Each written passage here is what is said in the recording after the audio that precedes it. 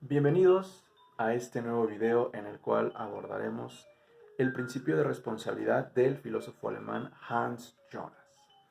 Eh, Hay que decirlo, la obra de Hans Jonas es inquietante y es muy atractiva.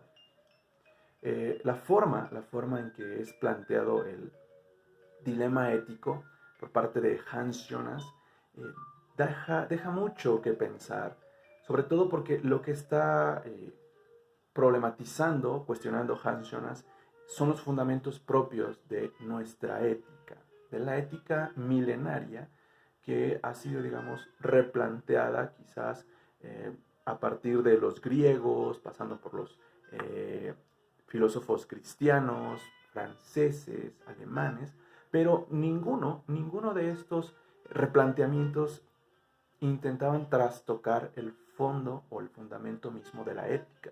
Y esto es lo que hace interesante la obra de Hans Jonas, porque para Hans Jonas sí tenemos una ética milenaria que sin embargo para nuestra época, para nuestras circunstancias, ya no es suficiente.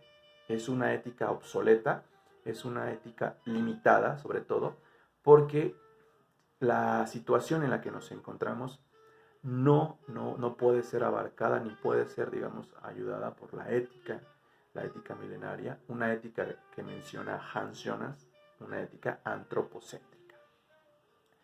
Bien, pues esto lo plantea Hans Jonas en su obra El principio de responsabilidad, obra que, por cierto, hay que decirlo, es bastante atractiva. La forma en que escribe y expone Hans Jonas es muy sugerente, muy atractiva, te ayuda, digamos, en el sentido de que puedes bucear en sus ideas con una facilidad increíble. Esto no significa que sea una obra sencilla o bastante superficial, no, todo lo contrario. Si es el estilo que tiene Hans Jonas se agradece. Son pocos los filósofos alemanes, me atrevería a decir que se pueden contar con los dedos de la mano, que escriben de una manera tan fluida, tan atractiva para el lector. Generalmente los filósofos alemanes son muy oscuros y muy pesados de leer, pero Hans Jonas tiene, digamos, este punto a su favor, que es fácil de leer. Ahora, ¿qué plantea Hans Jonas sobre el principio de responsabilidad? Como les había adelantado, menciona la necesidad de replantearnos la ética desde sus propios fundamentos. Esto a causa de que la ética es insuficiente para los problemas que afrontamos en la actualidad como humanidad. Y esto debido a que nuestras acciones ahora ya son globales y futuras, algo que antes era impensable y que precisamente por eso la ética pues no consideraba. La ética se limitaba solamente a cierto campo espaciotemporal y nuestras acciones evidentemente estaban limitadas tanto a mí como a mi familia, quizás mi comunidad, pero no estaban, digamos, considerando o no estaban afectando a toda la humanidad, todo el planeta. Y también lo que es muy importante, mis acciones, decía Hans Jonas, en la ética previa, en la ética milenaria, eh, solamente estaban consideradas para lo inmediato, es decir, un par de días, quizás meses, podían rastrearse los efectos de mis acciones, mis consecuencias, pero después se perdían y no habría más problema. Entonces, ahora no, ahora mis acciones, mis actos, sí que transgreden no solo mi presente, sino que van más allá e incluso afectan a generaciones futuras, generaciones que aún no han aparecido en este planeta. Bien, bueno, ahora lo que dice Hans Jonas sí requiere un replanteamiento desde los fundamentos propios de la ética, porque la ética había sido antropocéntrica en un principio, porque justamente a la naturaleza no se le consideraba un sujeto ético, no se le consideraba como una entidad a la cual habría que tratar éticamente. Sí la tratábamos con inteligencia, dice Hans Jonas, porque con inteligencia transformábamos el paisaje en el que nos encontrábamos o en el que decidíamos asentarnos. Transformábamos un bosque, quizás derribábamos un par de árboles para construirnos una choza y proveernos de madera para calentarnos, quizás cavábamos la montaña para crear una cueva, ¿sí? Introducíamos el arado en la tierra y la abríamos, ¿sí? Año con año, estación con estación, para sembrar. Y todas estas acciones se hacían con inteligencia, y todas estas acciones que estaban destinadas a nuestra sobrevivencia se hacían con técnica. O sea, había una técnica para cultivar, una técnica para construir, una técnica para pescar, pero estas técnicas no trastocaban el orden propio de la naturaleza. La naturaleza podía, digamos, soportar los cambios o las modificaciones que le hacía el ser humano. Y esto es algo muy interesante que menciona Hans Jonas. La naturaleza en sí misma mantiene un orden, tiene un orden, pero el ser humano parece no encajar en el orden propio de la naturaleza, y así que construye su propio orden dentro del orden fundamental y crea, lo que menciona Hans Jonas, su ciudad. Entonces, la ciudad se debe de entender como este asentamiento, como las primeras tribus, las primeras comunidades en las que los seres humanos tienen que modificar el paisaje para su conveniencia. Tienen que derribar árboles, tienen que allanar quizás montañas, fincar lugares para que las bestias no se acercaran amenazantemente y arriesgaran la sobrevivencia de la tribu. Entonces, la ciudad, dice Hans Jonas, es un orden que el ser humano crea dentro del propio orden de la naturaleza. Entonces, esto duró por miles y miles de años. A la naturaleza no le afectó que el ser humano hiciera cambios, ¿sí? Porque no se trastocaba el orden natural de las cosas. Entonces, podía arar la tierra estación tras estación, podía quizás desviar el curso de un río, podría excavar en las entrañas de la montaña, pero la naturaleza por sí sola retornaba a su orden. E incluso este propio orden que el ser humano trastocaba, eh, convenía al ser humano, ¿sí? La naturaleza protegía, a pesar de ello, a pesar de las hazañas y a pesar de, digamos, la intromisión que hacía el ser humano en el orden de la naturaleza podía soportarlo y podía incluso mantener al propio ser humano. O sea, no había, digamos, que una enemistad o no había una transgresión a este acuerdo entre ser humano y naturaleza. Sin embargo, la cosa cambió cuando la técnica se exponenció. Es decir, con la llegada de la revolución industrial, cuando el ser humano se dedicó justamente a explotar los recursos naturales y a acumular. Entonces, sí que la naturaleza empezó a ser trastocada en su propio orden. El ser humano se erigió o se consideró en su destino como Homo faber y ya no como Homo sapiens. Entonces aquí lo que dice Hans Jonas es que el ser humano asumió que su destino era la técnica y que lo que tenía que hacer y lo que tenía que procurarse siempre era la técnica, el perfeccionamiento de la técnica, el mejoramiento de la técnica, de tal forma que sin técnica el ser humano parecería estar a la deriva, cuando en realidad esto es una limitación, dice Hans Jonas. Entonces, es una contracción del propio ser, ¿sí? Que nos limitemos solamente a estar procurando la técnica y no otros campos y no otros espacios propios del ser humano, como el pensamiento, por ejemplo, ¿sí? Porque el pensamiento, podríamos decir, no habría técnica sin pensamiento, correcto, pero el pensamiento está, digamos, enfocado en la técnica y ya no está enfocado en otros ámbitos, por ejemplo, en la política o en la ética, en la religión, en el arte, ¿sí? Es más, todos estos ámbitos, todos estos rubros del ser humano están, digamos, proyectados hacia lo técnico, hacia la tecnología. Entonces dice Hans Jonas, el ser humano asumió que su destino era el ser Homo faber y dejó de lado muchos otros aspectos y ha concentrado y ha limitado su ser a solamente un ámbito. Y en esto, dice Hans Jonas, sí que nuestras acciones han trastocado el propio orden de la naturaleza. Antes mis acciones repercutían en mí y en mis familiares, quizá en mi comunidad, pero ahora sí mis acciones repercuten en todo el mundo y a futuras generaciones, generaciones que aún no existen.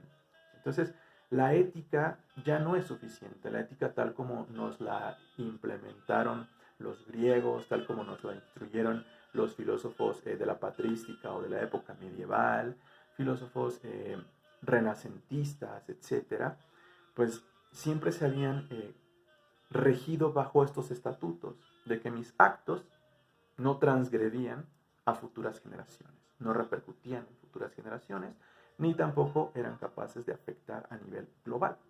Y ejemplos tenemos muchos. Pongamos el caso del uso descuidado de los electrodomésticos, por ejemplo. Si yo dejo encendido el televisor y no lo estoy viendo, o bien tengo conectado algún electrodoméstico que no estoy usando, con ello estoy contribuyendo al sobrecalentamiento global. Y entonces este acto, que parece estar limitado a mi espacio y tiempo, repercute en otras latitudes, en Australia, por ejemplo, en el África, en Asia. ¿Sí? Esta pequeña acción inconsciente de mi parte ya no, digamos, me afecta solo a mí y a mi familia, sino que afecto a otras personas en otras partes del mundo. Dejar un grifo abierto, por ejemplo. Estoy gastando agua que quizá en ese momento no vea su consecuencia inmediata, pero sí que le estoy quitando agua a futuras generaciones. ¿Sí? Y lo mismo, el sobrecalentamiento global con el que estaría contribuyendo al dejar el aparato encendido sin usarlo, pues contribuye al sobrecalentamiento global y esto, digamos, afecta y compromete a futuras generaciones, generaciones que aún no han llegado y que sin embargo a este acto inconsciente que yo hago en este momento y en este presente, en este lugar, pues ellos ya se verán, digamos, obligados a tener que soportar extremas temperaturas, la desecación de ríos, de lagos, el incremento en los mares porque se están derritiendo los cascos polares. Entonces, mis acciones, a causa de la técnica que la acompañan, son globales y son futuras. Entonces, la responsabilidad ya no es inmediata, dice Hans Jonas. Ahora sí que la responsabilidad transgrede los límites de mi familia, de mi comunidad, y se vuelven globales y transgrede mi presente y digamos, mis próximos meses, mis próximos años, sino que ya incluso estoy comprometiendo a futuras generaciones con mis acciones. El principio de responsabilidad entonces tiene que velar por futuras generaciones y tiene que velar por todo el mundo. Y entonces ahora sí tenemos que considerar a la naturaleza como un sujeto digno de ser tratado éticamente. Algo que antes no era considerado, porque la naturaleza podía mantener su propio orden y el ser humano pues no veía una afectación real, palpable o inmediata de la naturaleza, porque ella podía retornar a su orden. Ahora no, ahora el ser humano trastoca con mayor velocidad y no permite a la naturaleza regresar a ese orden. Entonces, nuestras acciones tienen que considerar a la naturaleza de manera ética, ¿sí? Como un sujeto ético, como un sujeto al cual hay que tratar moralmente, con dignidad, con justicia, con respeto. Esto evidentemente, dice Hans Jonas, pues no lo vamos a encontrar en la ética clásica, porque esta ética se limitaba solamente a considerar cómo he de comportarme con el prójimo, con mi congénere, pero no consideraba nunca a la naturaleza, ¿sí? Y ahora es necesario replantear a la ética desde sus propios fundamentos, algo que es bastante inquietante. Imaginen que tenemos que replantearnos a la propia ética, una ética que ha durado por lo menos 2500 años, ¿sí? Y que se había basado solamente en un principio antropocéntrico. Ahora tenemos que plantear una ética no antropocéntrica o una ética global. Entonces, nuestras máximas, nuestros principios tienen que considerar justamente a la naturaleza y a las futuras generaciones. Y aquí es donde está el principio de responsabilidad concentrado en la obra de Hans Jonas, ¿sí? Ahora tengo que obrar de tal modo que mis acciones, ¿sí?, permitan la permanencia de la vida humana auténtica, dice Hans Jonas, en la Tierra. Porque no se trata solamente de permitir que existan, sino que existan con dignidad, con los recursos necesarios para tener una vida digna, tal como nosotros podríamos decir que las tenemos ahorita, ¿sí? O como la tuvieron hace miles de años las personas. Tuvieron agua suficiente, aire limpio suficiente, comida suficiente. Entonces, esa es una vida humana auténtica. Entonces, lo que yo tengo que procurar con mis acciones es que no comprometa a futuras generaciones, ni las condene a una vida indigna, a una vida de carestías, a una vida poco agradable en el sentido de cuestiones climatológicas, de que padezcan de agua, escasez de agua, de que padezcan, por ejemplo, de aire limpio, de que no existan las especies animales suficientes para alimentarnos, de que no exista una contaminación excesiva que pues condene a los seres humanos a vivir en condiciones precarias, ¿sí?, y poco dignas. Sobre todo también a considerar que la naturaleza es la que nos provee y la que nos resguarda justamente, ¿sí?, y que nosotros estamos asentando nuestro orden, nuestra ciudad, dentro del propio orden de la naturaleza. Entonces hay que mantener estas acciones justamente conscientes de manera ética y de manera global, de manera futura. Ya no es tan simple, ya no es como antes. Antes el ser humano podía actuar y sus actos repercutían a lo inmediato, ¿sí? Ahora no, ahora yo actúo y mis acciones repercuten a nivel global y comprometen a generaciones futuras. Entonces lo que dice Hans Jonas es justamente replanteemos la ética de tal forma que la naturaleza sea un sujeto digno de consideración moral y de tal forma que nuestras acciones proyecten a futuro. Es decir, son generaciones que no vemos, que aún no han llegado, que no conocemos, pero que aún así ya tenemos un compromiso con ellas, ¿sí? Esto podría parecer chocante incluso para alguien que no está acostumbrado a una ética transgresora, a una ética futura, porque esto es nuevo justamente, aunque no es, digamos, un apremio nuevo, sino que ya requería de tiempo atrás estas acciones. Entonces, considerar generaciones futuras justamente hace que la ética sea completamente diferente, pero también implica que la ética sea mucho más comprometida. Antes nos comprometíamos con el prójimo, con el vecino, con el familiar, con uno mismo, pero ahora tenemos que comprometernos en grados mucho más exponenciales, y esto a causa justamente de que nuestras acciones, la forma en que llevamos a cabo nuestra vida, ya no afecta solamente a lo inmediato, sino a lo futuro. Esto se debe a que la técnica de la cual nosotros ya nos hemos proveído y nos hemos rodeado y con la cual pues nuestra vida ya no se puede llevar a cabo porque ya nos hemos acostumbrado y nos hemos habituado a ello. Eso significa que pues, la técnica tiene que ser usada con un matiz, con una impresión ética hacia generaciones futuras, hacia generaciones que aún no existen, ¿sí? Y que bueno, quizás este mensaje está ahorita siendo grabado, pero dentro de 20, 30 años, quizás 2 o 3 generaciones después, pueden verlo siendo optimistas y entonces se darán cuenta de dónde surgió la ética. Esperemos que para ese entonces ya exista una ética del tamaño y de las características que plantea Hans Jonas en su obra El principio de responsabilidad. Nunca antes las acciones del ser humano comprometían el orden de la naturaleza.